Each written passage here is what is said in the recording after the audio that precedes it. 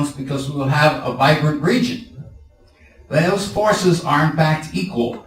You cannot have a vibrant downtown without a vibrant region, and you should not play one off against the other. We, in fact, have a polycentric landscape, economic landscape. We've still not dealt with the issue of should planning be about place or about people. We've still not dealt with the issue in our planning about how we deal with immigration and social mixing.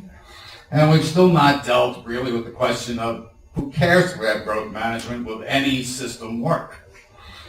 But those are I want to conclude with sort of 5 sort of measurable things that we could do pretty easily. What is our social contract for the next 20 years? Can you tell me what it is that we're supposed to do, and can we measure our progress towards it? Is South Florida a global city? How can we measure what a global city is, and are we moving in that direction? Should we move in that direction? What specifically is the proper percentage and role of technology as shapers of development? What is quality of life, and do we in fact measure it? I think I've seen 2 studies in the state of Florida that attempt to actually measure change in quality of life. And the last one, to anticipate Tony, is how do we make place? And I probably can go on more, but I'm probably out of time. So thank you. I hope I talked loud enough.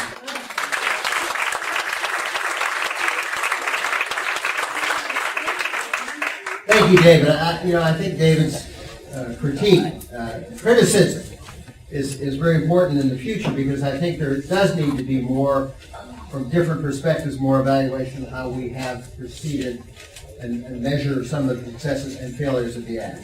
It is frustrating because, in fact, that is often not the data that goes into the legislative process in order to draw these policy decisions. But notwithstanding, I think the entire community would benefit from this, from the universities taking the lead. I know here at FAU that we look forward to the Road Chair being a center of that, and working with the research library, all of you, and the kinds of questions that David has posed as the focus for our work. Now, Tim, you're back up one more time, this time on Chapter 8, by Tim, on growth management and growth unabated economic development. All right, last time I promise. Let's see, this chapter looks at economic development in Florida post-Growth Management Act. And actually, I would love to turn it over to David, let him take a crack at that, because that was great. I really enjoyed it. It was very critical and insightful, and I think he asked a lot of really good questions about that piece, and I sort of maybe he'll send me some comments about this one, because I like what we've got in here, but I don't think we pushed the envelope as much as we could have on some of this stuff. So, David, I really appreciate your comments. All right, I'll send those to Marlon and to John. This chapter was about, again, how did the state do economically, and how did the large cities in the state do economically post-Growth Management Act? And it's important to understand, again, you'll notice I'm a time traveler today. If we travel back to when the act was being proposed, there was tremendous gnashing of teeth over this thing called growth management and making the state mandate it, and not just mandate it because we had a mandate in 1975, but actually check the work, right? This is the big difference between 75 and 85. 75, we said do comprehensive planning, but we're not going to check your work, right? The teacher's not going to grade the exam. In 85, we said, do the exam, and by the way, we're going to grade you, and if it's not good enough, you're going to do it again, all right? So the 85 Act, we mandate planning, we mandate this thing called concurrency, and there are a lot of people that said, wait a minute, you're going to kill the state. Why? Well, growth management, there was this concern, meant growth control or growth moratoria. We're going to stop growth in the states. And as David hinted, in the late 1980s and early 1990s, following upon the implementation, or sort of as the act is being implemented, we entered a national recession. So come the early 1990s, a lot of people are saying, my God, growth management has killed Florida, right? So the housing starts are down, it looks like growth is slowing, the economy's in trouble, we're not taking in the retail sales, the sales tax numbers are down. My God, what has growth management done? So, what this chapter was about is looking at growth in Florida and growth in large cities over the period 1990 to 2000. And the upshot of it is, as Efraim hinted at earlier, was in the 1990s, when you look at the entire decade, Florida did just fine. Growth rates for the states 1990 to 2000 were just about the same as they were 1980 to 1990 before we had this thing called the Growth Management Act. During the decade of the 1990s, we added roughly another 3 million residents, just as we've done in the previous 2 decades. As I think we're expected to do for the foreseeable future. We added about 1.6 million new jobs in the state during the decade of the 1990s. We were routinely led the nation in number of new jobs created. So the upshot of it is, one of the major conclusions, and I don't think this is a surprise to anybody, growth management didn't kill the goose that lays the golden egg here in Florida, right? It didn't shut down the state. And in fact, as the economy returned back to sort of the good times in the early and then later in the 1990s, Florida just continued its boom. All right. So growth management didn't kill the state economy. We continue to grow in terms of population and jobs at very high rates, and in fact, at rates that are the envy of most of the rest of the nation. All right, go to Alabama, go to Mississippi. Frankly, they'd love to have our growth problems in terms of the jobs and the people. We see it as a problem, and they see it as a wonderful thing. All right? So the state's done just fine, and looks like it's going to continue to do fine. We're in a new economic downturn here, and people are concerned and saying, my God, we've got to do all these things. Again, I tend to be a longer term, a longer view person.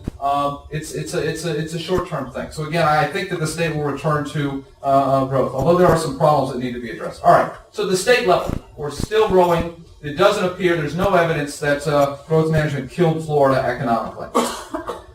The other piece that I looked at in the chapter was, how did the state's largest cities do? I'm a growth management scholar now, but I originally was an economic development scholar and particularly a downtown person. Actually, my dissertation was on stadiums and neighborhood development. I got to go to baseball games as part of my dissertation research. Convinced my advisor and my wife that was a dissertation, and it sort of worked. Growth management, what effect has it had on the largest cities in the states? And in particular, I looked at Jacksonville, Tampa, St. Pete, Miami, and Hialeah, I believe, were the 5 cities I looked at. And the way I looked at them is I compared them to peer cities. By peer cities, I mean cities of similar size and growth experiences in recent decades. So I sort of tried to find places that are somewhat like Miami in their size characteristics and growth characteristics. And I compared how did Miami do, or Jacksonville do, or St. Pete do in the 1990s compared to their peers. And again, I want to make sure we got time to hear our other speakers. The upshot of that analysis shows that our cities actually fared pretty well in the 1990s. 4 of the 5 fared much, much better than their peers. Jacksonville, Tampa, St. Pete, and Miami all outdistanced their peers on things like reductions in poverty, on things like getting closer to the metropolitan median household income level. Most of our cities closed the gap during that period, whereas a lot of cities in the nation did not. They actually fell further behind the region median household income level. Our cities are actually, during the 1990s, came closer to that regional level. And there's some other indicators that say, generally speaking, the state cities did pretty well in the 1990s. Now, at the end of the chapter, do I say growth management was great for our cities? No. We sort of end up with this very difficult connection. We did this thing called growth management. The cities did better in the 1990s. Did growth management lead to that outcome? I can't make that claim, but they certainly don't appear to have hurt the big cities in the state. So growth management, it was a big concern. Would hurt the state economy. It did not. Would hurt the big cities because of this thing called concurrency, and in fact, the state's large cities did well.